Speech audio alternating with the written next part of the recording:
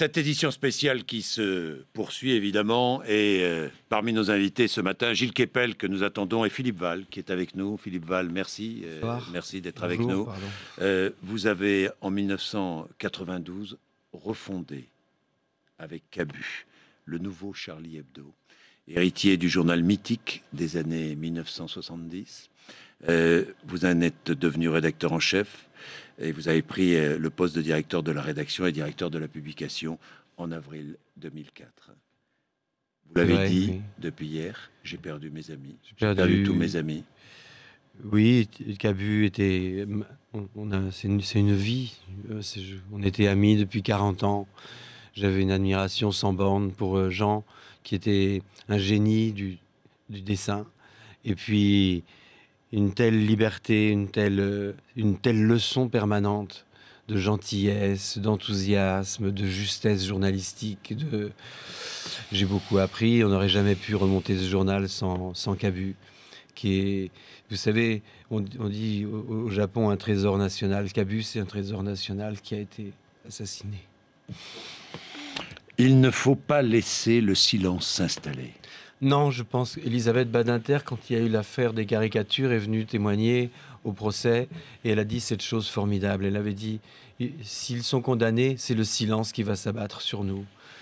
Et c'est tellement vrai. Aujourd'hui, une fois de plus, c'est ce qui menace, c'est le silence, parce que le silence, c'est la peur. La peur ne peut pas s'abattre sur des gens qui sont des citoyens d'une démocratie, fiers de vivre dans un endroit où on est libre, où on peut s'exprimer librement, où on peut ridiculiser les choses ridicules. Voilà. Et je pense qu'il faut vaincre la peur.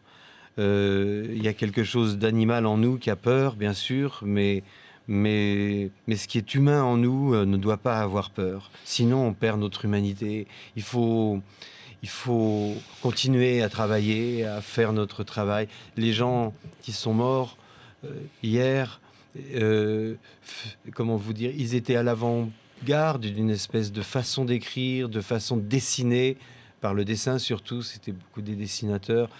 Et c'est un langage qui nous est propre, qui est un langage en France qui est utilisé depuis très longtemps pour dire des choses difficiles. Ça fait partie de notre pensée et ils ont exterminé ça.